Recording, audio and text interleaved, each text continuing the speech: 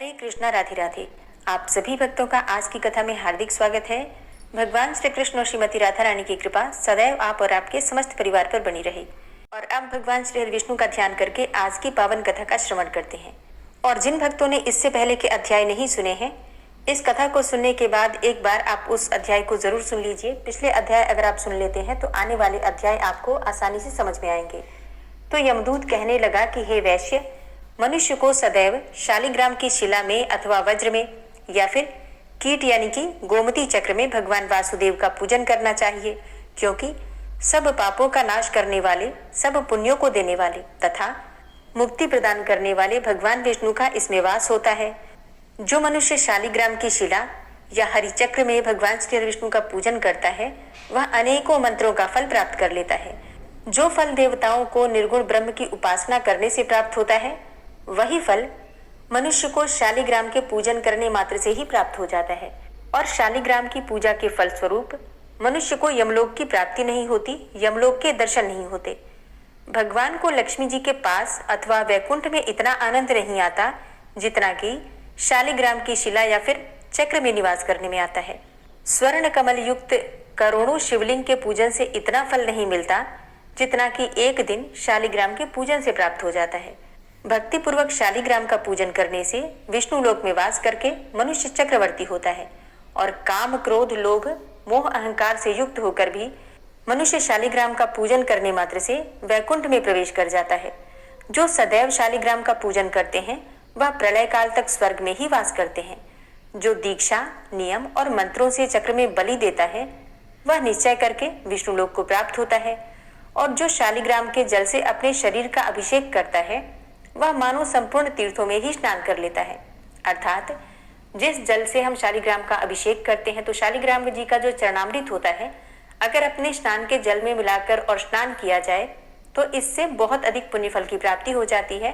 या जैसे कि इसमें कहा गया है, संपूर्ण तीर्थों में स्नान करने का फल प्राप्त हो जाता है। गंगा, रेवा, गोदावरी सब का जल शालिग्राम में वास करता है। और जो मनुष्य शालिग्राम की शिला के सम्मुख अपने पिता का श्राद्ध करता है, उसके पितर कई कल्पों तक स्वर्ग में ही वास करते हैं। जो लोग नित्य शालिग्राम की शिला का जल पीते हैं, उनके हजारों बार पंचगव्य पीने से क्या प्रयोजन। यदि शालिग्राम की शिला का जल पिया जाए तो सहस्त्रों तीर्थों में स्नान करने का और दान देने का क्या लाभ। जहाँ पर वह स्थान तो तीर्थ के समान ही है, वहां पर किए गए संपूर्ण दान, होम करोड़ों गुना फल को प्राप्त होते हैं। और जो एक बूंद भी शालिग्राम का जल पीता है वह माता के स्तनों का दुग्ध पान नहीं करता, अर्थात गर्भाशय में नहीं आता, उसे मोक्ष की प्राप्ति हो जाती है। शालिग्राम की शिला में जो कीड़े मकोड़े एक कोस के अंतर पर मरते हैं वह भी वैकुंठ को प्राप्त हो जाते हैं। और जो फल वन में तप करने से प्राप्त होता है वही फल भगवान को सदैव स्मरण करने से प्राप्त होता है। मोहवश अनेकों प्रकार के घोर पाप करने वाला मनुष्य भी भगवान को प्रणाम करने से नरक में नहीं जाता। संसार में जितने तीर्थ और पुण्य स्थान हैं, भगवान के केवल नाम मात्र के कारण से ही प्राप्त हो जाते हैं। यमदूत कहने लगा कि जो कोई प्रसंगवश भी एकादशी के व्रत को करता है वह दुखों को प्राप्त नहीं होता।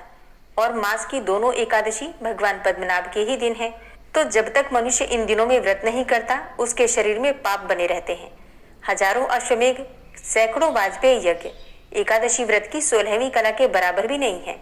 एकादशी के दिन व्रत करने से 11 इंद्रियों से किए गए सब पाप नष्ट हो जाते हैं। गंगा, गया, काशी, पुष्कर, कुरुक्षेत्र, यमुना, चंद्रभागा कोई भी एकादशी के तुल्य नहीं है। इस दिन व्रत करके अनायास ही मनुष्य वैकुंठ लोक को प्राप्त करता है। एकादशी को व्रत और रात्रि में जागरण करने से माता, पिता और स्त्री के कुल की 10-10 पीढ़ियां उद्धार पाती हैं। और वह पीताम्बरधारी होकर भगवान के निकट रहते हैं। बाल, युवा तथा वृद्ध ये सब तथा पापी भी व्रत करने से नरक में नहीं जाते। यमदूत कहता है कि हे वैश्य, मैं सूक्ष्म में ही तुमसे नरक से बचने का धर्म कहता हूँ। मन, कर्म और वचन से प्राणी मात्र का द्रोह न करना, इंद्रियों को वश में रखना, दान देना, भगवान की सेवा करना, नियम पूर्वक वर्णाश्रम धर्मों का पालन करना, इन कर्मों के करने से मनुष्य नरक से बचा रहता है। और स्वर्ग प्राप्त करने की इच्छा से मनुष्य गरीब भी हो तो भी जूता, छतरी, अन्न, धन, जल कुछ न कुछ दान देता रहे। दान देने वाला मनुष्य कभी यम की यातना को नहीं भोगता तथा दीर्घायु और धनी होता है। बहुत कहने से ही क्या, अधर्म से ही मनुष्य बुरी गति को प्राप्त होता है। मनुष्य सदैव धर्म के कार्यों से ही स्वर्ग को प्राप्त कर सकता है। इसलिए बाल्यावस्था से ही धर्म के कार्यों को करने का अभ्यास करना चाहिए। अब विकुंडल कहने लगा कि तुम्हारे वचनों से मेरा चित्त अति प्रसन्न हुआ है, क्योंकि सज्जनों के वचन सदैव गंगा जल के सदृश पापों का नाश करने वाले होते हैं। उपकार करना तथा मीठा बोलना सज्जनों का स्वभाव ही होता है। जैसे अमृत मंडल चंद्रमा को भी ठंडा कर देता है। अब कृपा करके यह भी बतलाइए कि किस प्रकार मेरे भाई का नरक से उद्धार हो सकता है। तब दूत कुछ देर तो ज्ञान दृष्टि से विचार करके मित्रता रूपी रस्सी से बंधा हुआ बोला कि हे वैश्य, यदि तुम अपने भाई के लिए स्वर्ग की कामना करते हो तो जल्दी ही अपने 8 जन्म के पुण्य फल को उसके निमित्त अर्पण कर दो। तब विकुंडल ने कहा कि हे दूत, वह पुण्य क्या है और मैंने कौन से जन्म में और कैसे किया है, सो सब बतलाओ, फिर मैं अपना पुण्य अपने भाई को दे दूंगा। तब दूत कहने लगा कि हे वैश्य, सुनो, मैं तुम्हारे पुण्य की सब कथा कहता हूँ। पूर्व समय में मधुवन में शाल्की नाम का एक ऋषि था। वह बड़ा तपेश्वरी, ब्रह्मा के समान तेज वाला था। नवग्रह की तरह उसकी स्त्री रेवती के 9 पुत्र थे, जिनके नाम ध्रुव, शशि, बुध, तार और ज्योतिमान थे। अब इन 5 ने गृहस्थाश्रम धारण किया तथा निर्मोह, जितमाय, ध्याननिष्ठ और गुणात्तम ये 4 संन्यास ग्रहण करके वन में रहने लगे। ये शिखा सूत्र से रहित पत्थर और सोने को समान ही समझते थे। जो कोई अच्छा या बुरा इनको अन्न देता वही खा लेते, और कोई कैसा ही कपड़ा दे देता उसको वैसे ही पहन लेते। सदैव ब्रह्म के ही ध्यान में लगे रहते। इन 4 ने व्रत, शीत, निद्रा और आहार सबको जीत लिया। बस चर अचर को विष्णु रूप समझते हुए मौन धारण करके संसार में विचरते रहते थे। ये 4 महात्मा तुम्हारे घर आए। जब तुमने मध्याह्न के समय भूखे प्यासे इनको आंगन में देखा तो तुमने गदगद कंठ से आंखों में आंसू भरकर इनको नमस्कार करके इनका बड़ा आदर सत्कार किया। इनके चरणों को धोकर बड़े प्रेम से तुम इसे कहने लगे कि आज तो मेरे अहोभाग्य है, आज मेरा जन्म सफल हुआ, मुझ पर भगवान प्रसन्न हुए, मैं सनाथ हुआ, मेरे माता पिता पत्नी पुत्र गौ आदि सभी धन्य हैं, जो आज मैंने हरि के सदृश आपके दर्शन किए। सो हे वैश्य, तुमने इस प्रकार श्रद्धा से उनका पूजन किया और चरण धोकर जल को मस्तक से लगाया। फिर विधि पूर्वक इनका पूजन करके तुमने इन सन्यासियों को भोजन करवाया। इन सन्यासियों ने भोजन करके रात को तुम्हारे घर में ही विश्राम किया और ब्रह्मा के ध्यान में लीन हो गए। इन सन्यासियों के सत्कार से जो पुण्य तुमको मिला सो मैं भी कहने में असमर्थ हूँ, क्योंकि सब भूतों में प्राणी श्रेष्ठ है। प्राणियों में भी बुद्धि वाले और बुद्धि वालों में मनुष्य, मनुष्यों में ब्राह्मण, विद्वानों में पुण्यात्मा और पुण्यात्माओं में भी ब्रह्मज्ञानी सर्वश्रेष्ठ हैं। ऐसी ही संगति से बड़े बड़े पाप नष्ट हो जाते हैं। और यह पुण्य तुमने अपने पहले 8वें जन्म में किया था। सो यदि तुम अपने भाई को नरक से मुक्त कराना चाहते हो तो यह पुण्य दे दो। सो दूत के ऐसे वाक्य सुनकर उसने प्रसन्न चित्त से अपना पुण्य अपने भाई कुंडल को दे दिया और वह नरक से मुक्त हो गया और दोनों भाई देवताओं से पूजित किए गए। तब दूत अपने स्थान को चला गया। इस प्रकार वैश्य के पुत्र विकुंडल ने अपना पुण्य देकर अपने भाई को नरक की यातना करने से छुड़वाया।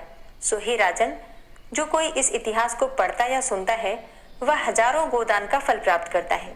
ओम क्लीम कृष्णाय नमः। माघ महात्म का 6वां अध्याय समाप्त हुआ। इसके आगे का अध्याय आप कल की कथा में सुनेंगे।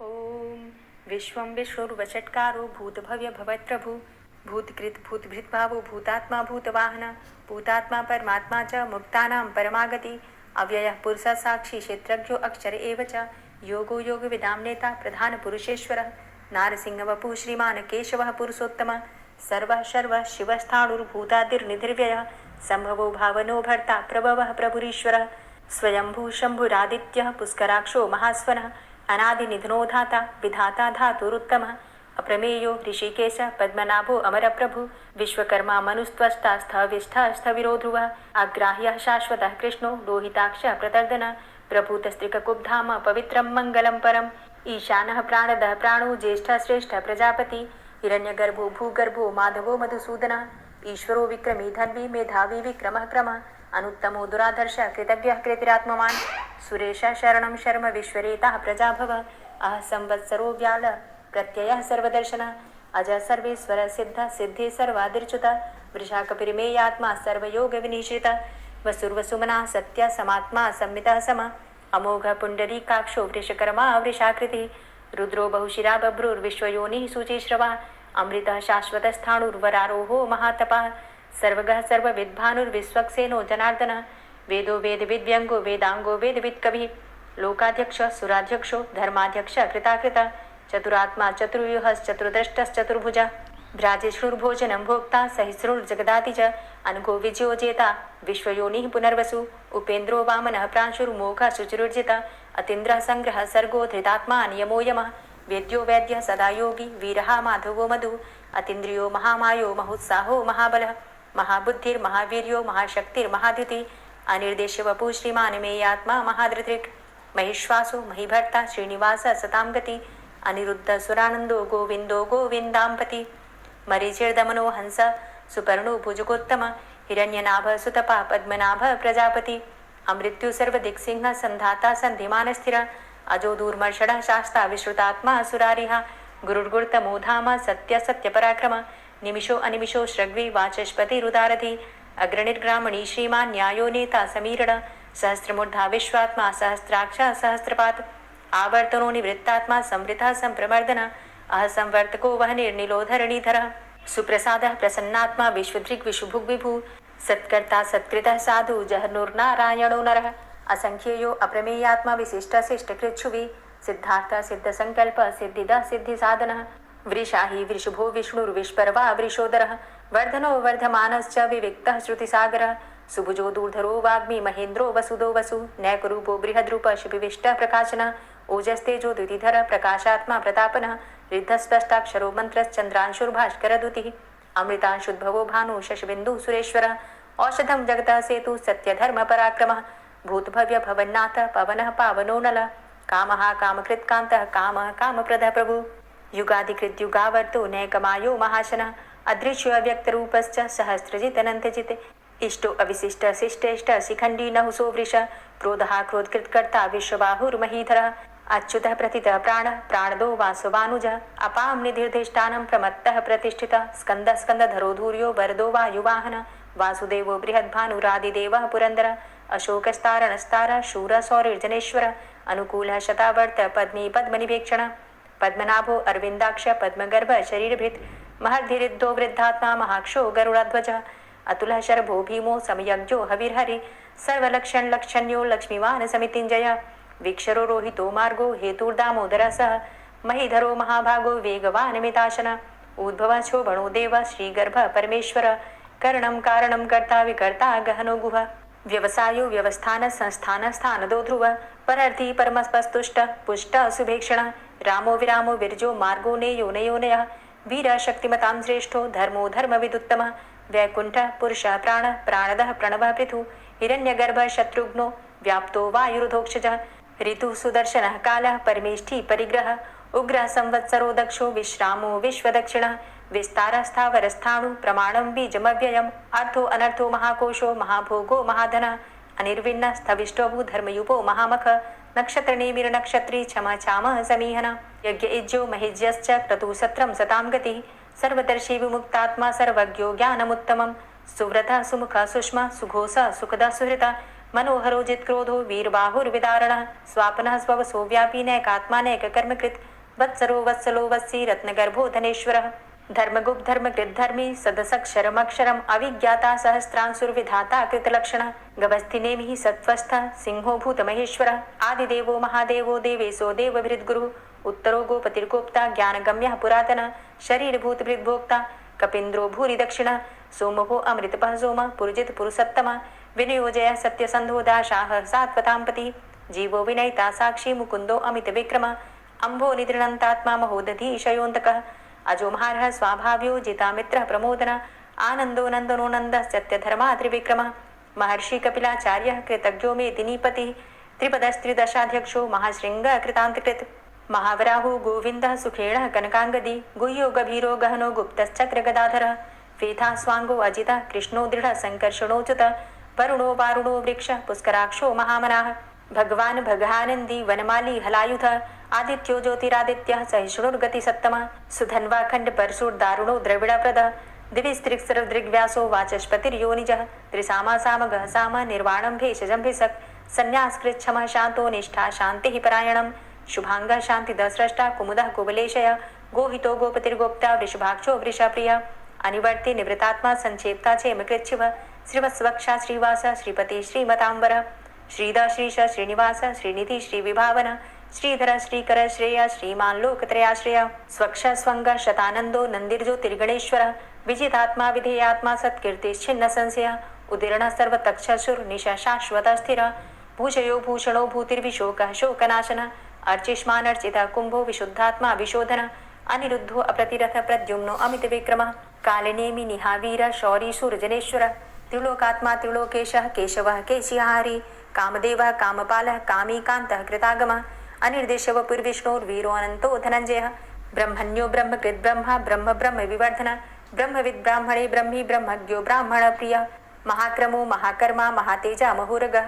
महाक्रतुर्महायज्वा महायज्ञो महाहवि स्तव्यस्तव प्रियस्तोत्रं स्तुतिस्तोतारणप्रिय पूर्णः पुरैता पुण्य पुण्यकीर्तिर्नामयः मनोजवस्तीर्थकरो वसुरेता वसुप्रद वसुप्रदो वासुदेव वसुर्वसुमनाहवि सद्गतिः सत्कीर्तिः सत्ता सद्भूति सत्परायणः शूरसेनो यदुश्रेष्ठः सन्निवासः सुयामुनः भूतावासो वासुदेवः सर्वासु निलयोनलः दर्पः दर्पदो दृप्तो दूर्धरोधा पराजितः विश्वमूर्तिर्महामूर्तिर्दीप्तमूर्तिर्मूर्तिमान् अनेकमूर्तिरव्यक्तः शतमूर्तिः शताननः एको नैकः सवः क किं यत्तत्पदमनुत्तमं लोकबन्धुर्लोकनाथो माधवो भक्तवत्सलः सुवर्णवर्णो हेमांगो वरांगश्चन्दनांगदी वीरः विषमः शून्यो घृताशीरचलश्चलः अमानीमानदो मान्यो लोकस्वामी त्रिलोकदृक् सुमेधा मेधजो धन्यः सत्यमेधा धराधर तेजो वृषः द्वितिधर सर्वशस्त्रभृताम्बर प्रग्रहो निग्रहो व्यग्रो नैकशृङ्गो गदाग्रज चतुर्मूर्तिश्चतुर्बाहुश्चतुर्व्यूहश्चतुर्गति चतुरात्मा चतुर्भावश्चतुर्वेद विदेकपात् समावर्तो अनुवृतात्मा दुर्जयो दुरतिक्रम